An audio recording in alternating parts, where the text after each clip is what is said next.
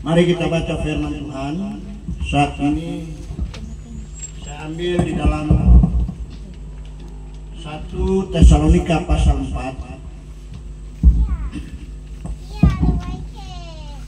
1 Tesalonika pasal 4 ayatnya yang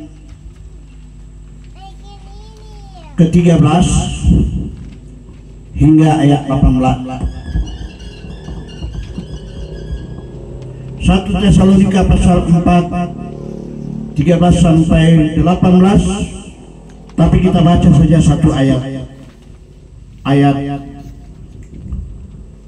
13 dengan perikop kedatangan Tuhan.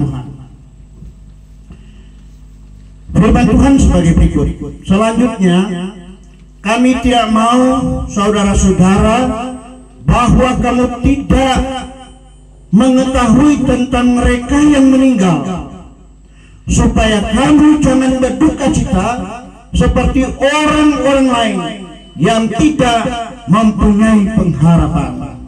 Silakan duduk.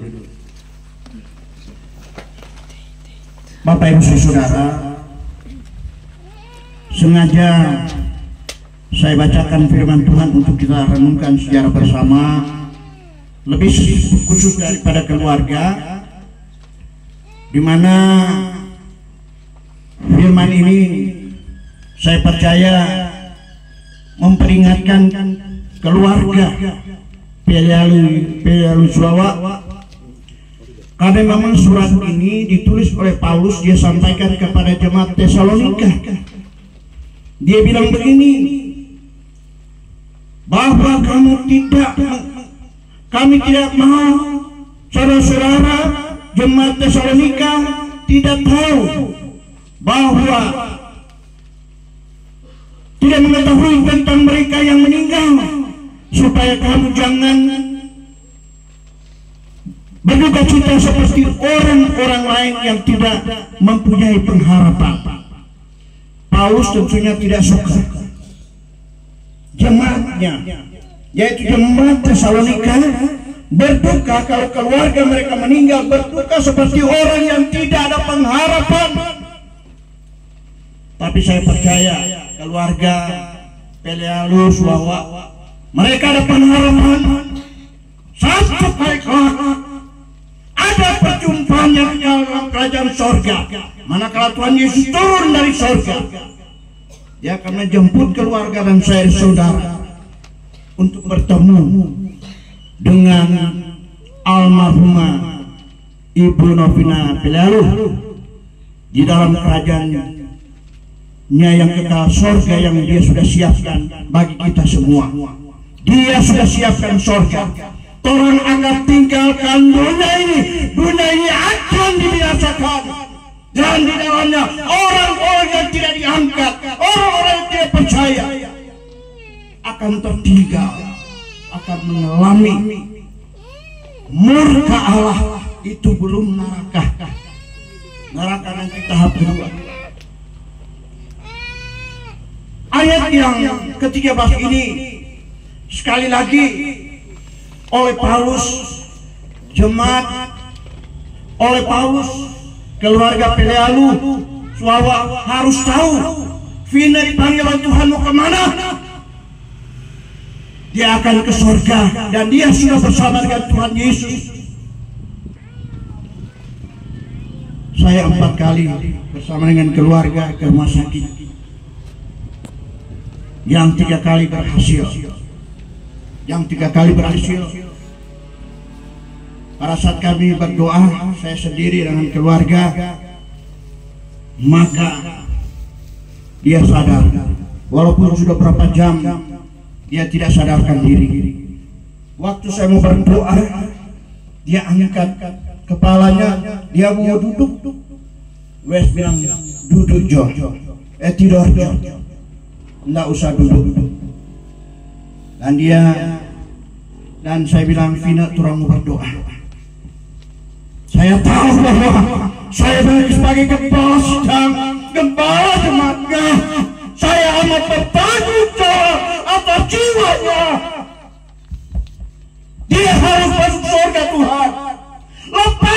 mohon pengampunan bagi dia. Ini inti doa saya. Ampun dia Tuhan.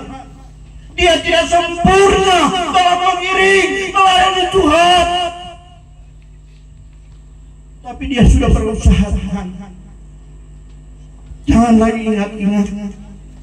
Saya mohon kepada Tuhan. Saya menangis di hadapan Tuhan. Lepaskan pengampunan. Ampuni dia Tuhan. Kuduskan, sucikan dia. Kenapa dia harus dikuduskan? Masuk surga mesti orang kudus, bukan orang berdosa. Karena di tempat itu bukan tempat orang bahugel, bukan tempat orang panjudi, bukan tempat orang korupsi, bukan tempat orang yang kumpul kebo. Nggak ada di sana. Tidak boleh masuk. Maka Tuhan Yesus bilang, kuduslah kamu karena aku kudus. Tempat itu kudus. Tidak sembarangan orang masuk. Sekalipun dia orang Kristen, kalau dia tidak sungguh-sungguh hidup kudus, dia tidak pernah akan masuk dalam kerajaan surga. Ini doa saya kepada Vina. Saya pulang dengan menangis. Memang Yesus antar saya ke depan, tapi dalam perjalanan saya menangis. Tuhan, sungguh saya mengerti. Untuk itu Engkau panggil saya melayani sidang jemaat, mempersiapkan jiwa mereka, gereja Tuhan untuk hari kedatangan-Mu.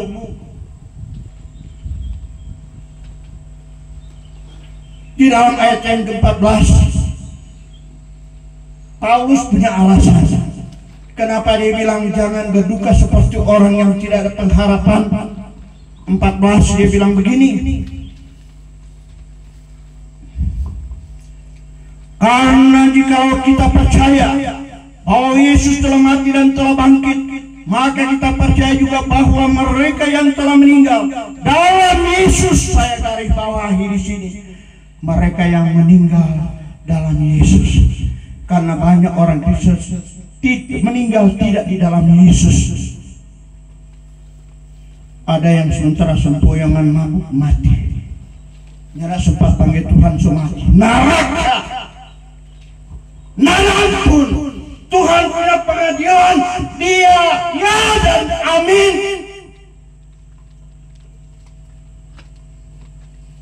Siapapun dia. Oleh sebab itu ayat 4, Paulus punya alasan. Kalau kamu percaya, supaya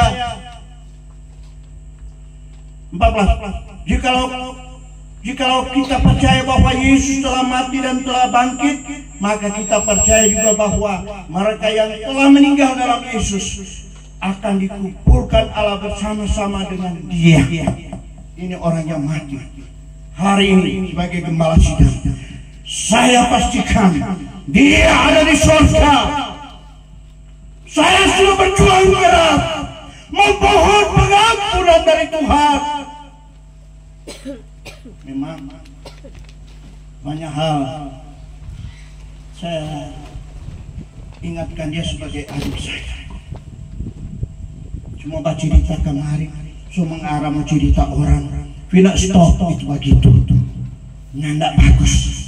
Dia stop, dia berhenti, ya Om. Stop. Dia kelihatan dia keras, tapi dia dengar-dengaran. Siapapun yang menasihat dia, termasuk gembala menasihatkan dia, yo katu, Vina jangan katu begitu. Dia aja terompe diri masing-masing, jangan tarkir-tarkir orang atau cerita-cerita orang lain. Jadi sidang jemaat ayat 14 ini, Paulus ada dasar. Jika kamu percaya, kamu tuh percaya, kamu hai jemaat Tesalonika, kamu kan orang percaya, kamu kan percaya Yesus sudah mati dan dia sudah bangkit dan dia sudah naik di surga. Begitu juga dengan orang percaya, orang yang mati di dalam Tuhan akan mati dan dibangkitkan dan akan bersama dengan Yesus selama-lamanya. Keluarga, Jangan suka tinggal dalam dunia ini. Mengerikan dan jemaat, mengerikan, neraka yang kekal selama-lamanya. Bahugel enak. Itu nafsu-nafsu dunia enak, tapi enak seketika.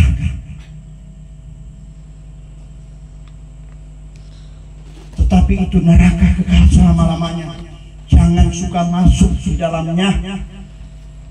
Saya selalu ingatkan, khusus Vina yang Tuhan sudah panggil, tapi saya bersyukur. Kemudian saya ke Manado rumah sakit bersama dengan jemaat hamba Tuhan. Waktu ketemu berdoa juga dia sadar, dan Ibu Gembala memberi nasihat, berserah dan minta tolong kepada Tuhan. Memang saya berdoa, Tuhan, saya percayakan mujizat-Mu, tapi saya datang bukan untuk mencari mujizat. Tapi kalau Engkau berkenan di umur panjang, Tuhan, Engkau berkuasa, Engkau sanggup nyatakan kuasa-Mu, sembuhkan dan pulihkan dia. Tapi juga saya berdoa, tapi kalau Engkau berkata lain, lakukan Tuhan sesuai dengan kehendak. Kami orang percaya tahu apa yang Engkau lakukan adalah ya dan amin. Dan keluarga saya juga sudah ingatkan, aminkan peristiwa kuasa Tuhan ini. Itulah orang percaya, mengaminkan segala perkara yang Tuhan lakukan. Ayat yang ke-15 sampai 17 kita lihat bagaimana mereka yang hidup pada saat rapture. Kita sudah berada pada apa yang disebut dengan persiapan menanti kedatangan Tuhan. Orang semua sedang menanti. Kalau sangkakala Allah berbunyi terakhir, kata firman Tuhan, dia akan turun dari sorga di awan-awan. Dia bilang, mari kamu yang taat, kamu yang setia, kamu yang hidup kudus, mari datanglah di tempat yang saya sudah siapkan. Oh, indah sekali hari ini. Indah sekali hari ini. Oleh sebab itu, di ayat yang ke-15 seterusnya, ini kami katakan kepadamu dengan firman Tuhan, kita yang hidup, yang masih tinggal sampai kedatangan Tuhan, sekali-kali tidak akan mendahului mereka yang telah meninggal. Ini ada hamba Tuhan doa, bahwa saya dengar langsung, mau naik ke surga itu bertahap. Orang mati dulu, atau dia bilang orang yang hidup dulu. Nah, kuasa Tuhan sekejap. Oleh sebab itu dikatakan, kita yang hidup, yang masih tinggal sampai kedatangan Tuhan, sekali-kali tidak akan mendahului mereka yang telah meninggal. Tuhan datang sekarang, jangan. Vina sudah dipanggil oleh Tuhan, orang masih hidup. Orangnya nak mau duluan masuk surga, atau Vina lebih dulu? Tidak, sama-sama naik ke surga. Orang tinggalkan dunia ini. Paulus bilang kita lelah dengan dunia ini. Kita suka semua beralih tempat dalam kerajaan surga. Kita suka semua pergi. Kalau saya punya papa, imannya sangat kuat. Kalau dia berteman sudah meninggal, sementara dia lebih tua 2 tahun, dia bilang, oh Tuhan, tempo apa kita Tuhan? Dia kita lebih tua, Tuhan panggil kita tempo apa Tuhan? Dia menangis dia dapat Tuhan. Kami anak-anak kan tunggu Tuhan, Tuhan Pak. Iyo Tuhan, iyo tunggu waktu Tuhan. Nah kita kok lebih muda dari Om itu. Masa Tuhan panggil? Dia kerinduan untuk beralih tempat. Sementara banyak orang takut mati. Kita 3 kali, 4 kali tidak sadarkan diri, 4 hari lagi. Jantung saya sudah dipakai ring. Tapi selalu saya berdoa, Tuhan, kalau Tuhan mau pakai kita, Bukan kita loh. Kalau Tuhan masih mau pakai, atau kita masih hidup di dunia, tapi kalau Engkau mau panggillah saya Tuhan. Saya sudah sangat siap. Tapi selalu mohon ampun kalau kita ada kesalahan, ada dosa, kita pikiran, kita perkataan, kita perbuatan, kita kelemahan-kelemahan, ampun akan kita Tuhan, supaya kita layak masuk dalam kerajaan surga. Hari keempat saya sadar, dan Tuhan masih memberikan kesehatan dan saya boleh melayani sampai hari ini. Puji Tuhan. Sidang jemaat, kita kembali di dalam ayat yang ke-16. Sebab pada waktu tanda diberi, yaitu pada waktu penghulu malaikat berseru dan sangkakala Allah berbunyi, maka Tuhan sendiri akan turun dari surga, dan mereka yang mati di dalam Kristus akan lebih dahulu bangkit. Lebih dahulu bangkit, bukan lebih dahulu naik, bangkit. Sebab itu kita yang hidup yang masih tinggal akan diangkat bersama-sama. Jangan berhenti di ayat yang ke-16 ke atas itu. 17 harus dituntaskan. Bersama-sama dengan mereka dalam awan menyongsong Tuhan di angkasa. Oh, indah sekali. Kita akan diangkatnya bersama dengan Dia untuk selama-lamanya. Dan firman Tuhan mengatakan, ayat yang terakhir 18, karena itu hiburkanlah seorang akan yang lain dengan perkataan-perkataan ini. Saya baca ulang. Karena itu hiburkanlah seorang akan yang lain dengan firman-firman ini. Dan hari ini permintaan Paulus kepada jemaat Tesalonika saya lakukan hari ini. Hiburkan keluarga yang berduka dengan firman Tuhan ini.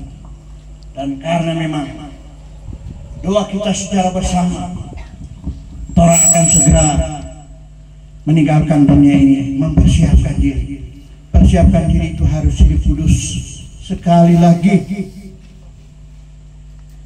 kita ada sempat catat di sini yang kita lupa. Siapa yang diselamatkan? Yaitu mereka yang hidup kudus. Saya dah tulis. Jadi yang tidak masuk dalam surga adalah pencuri, koruptor.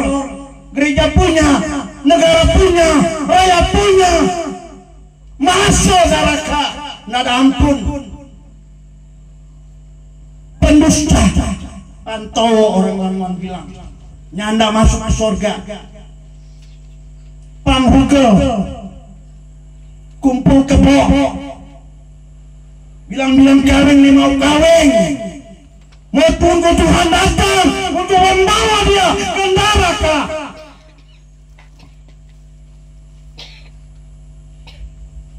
Bukan rahasia.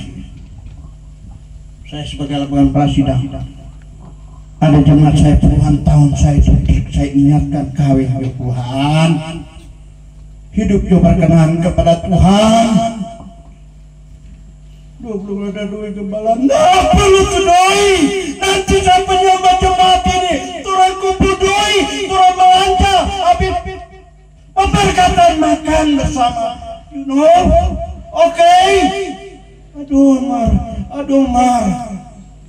Oke, kalau itu Anda punya pilihan, silakan. Mau hidup tidak berkenan kepada Tuhan, pemabuk, panjudi, dan semua yang melakukan dosa tidak layak masuk dalam surga yang kekal. Tempat itu kudus. Oleh sebab itu terakhir saya katakan, bertobatlah. Masih ada kesempatan. Tuhan kita adil, penuh dengan kemurahan. Kalau orang mau bertobat, dia bilang mari bertobat sungguh-sungguh dan jangan lagi lakukan dosa itu. Itu bertobat. Bertobat, tinggalkan perbuatan-perbuatan yang tidak berkenan, dan contoh Vina yang terbaring saat ini, dia sudah melakukan yang terbaik bagi Tuhan. Dia berjuang, walaupun saya seringkali keras, jangan begitu, boleh begitu, stop begitu. Dia dengar, dan Tuhan mengasihi dia, dan Tuhan menyelamatkan dia. Dia sudah di surga, dia tunggu orang di sana, sidang jemaat saudara-saudara. Amin. Saya percaya kita diberi